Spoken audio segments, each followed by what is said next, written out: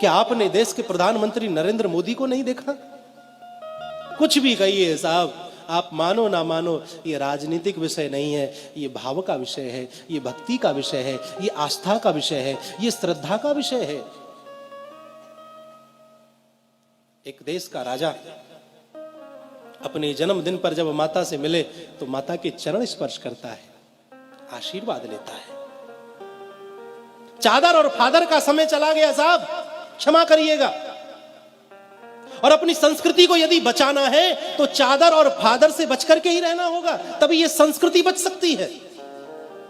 वो समय चला गया जब कहीं जाकर के चादर चढ़ाई जाती थी, कहीं जाकर के फादरों से मिला जाता था। अब समय वह आया कि जब अन्य किसी देश का राष्ट्रपति प्रधानमंत्री आता है तो हमारे देश का प्रधानमंत्री उसे ले जाकर के गंगा जी की आरती कराता है। महाराज, ये दृश्य मंदिर देवालय में ले जाकर के बड़े बड़े राष्ट्रपति को बिठा देता है, मंदिर दिखाता है, ये देखो हमारा ये मंदिर, ताजमहल दिखाने वाला समय चला गया साहब। इस देश की संस्कृति को मजबूत किया जा रहा है और फिर भी हिंदू ना समझे तो फिर समझ नहीं सकता। वो संवैधानिक दायरे में है, वह आपको स्पष्ट रूप से नहीं कह सकता, वह आपको झलकियां दिखाता है। जब वह पशुपतिनाथ में जाकर के 8-8, 10-10 घंटे बैठ करके ध्यान लगाए और जब बाहर निकले मस्तक पर त्रिपुंड हो, गले में रुद्राक्षों की माला पड़ी हो, तो वह संकेत देता है, देखो मैं राजा बन गया हूं लेकिन अपने सनातन धर्म को मैं भूला नहीं। जिस प्रकार मुझे प्रधानमंत्री होने के बावजूद भी हिंदू होने पर गर्व है, उसी प्रकार प्रत्येक हिंदू को अपने हिंदू होने पर गर्व करना चाहिए। जब केदारनाथ में हमारे देश का राजा जाए और वहां ध्यान मुद्रा में बैठे और जब वहां से निकले भगवा वस्त्रों में, मस्तक पर विद्यमान त्रिपुंड, गले में पड़ी हुई रुद्राक्ष की मालाएं, वो चाल, वो शान, वो आंखों में तेज, अगर इस तेज को देख करके भी हिंदू ना समझे तो मैं समझता हूं कि फिर हिंदू समझ भी नहीं सकता है।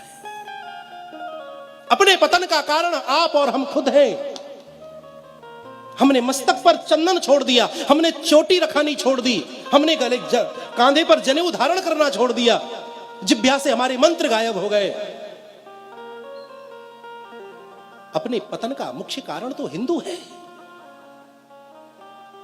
कितने आताताई हुए महाराज, बड़े बड़े राक्षस इस पृथ्वी पर जन्मे, वह सत्य सनातन धर्म को नष्ट नहीं कर सके। ये तो किस खेत की मूली है महाराज, मूली तो बहुत बड़ी होती है, ये तो हमारे लिए मामूली है। बशर्त यह है कि हिंदू को एक होना चाहिए, एक होना आना चाहिए। अच्छा लगता है, माता पिता से बढ़कर के धर्म प्रेमी इस संसार में कोई नहीं है। जो माता के चरणों में झुकना जानता है, सारा संसार फिर उसके चरणों में झुक जाता है।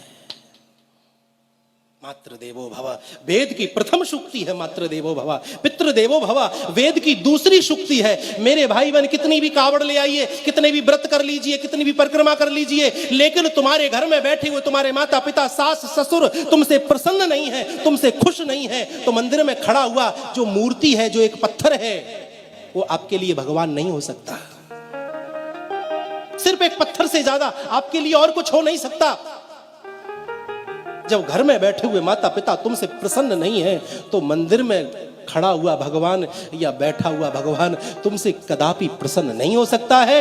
ये बात मैं आपको बड़ी जिम्मेदारी के साथ बोल रहा हूं।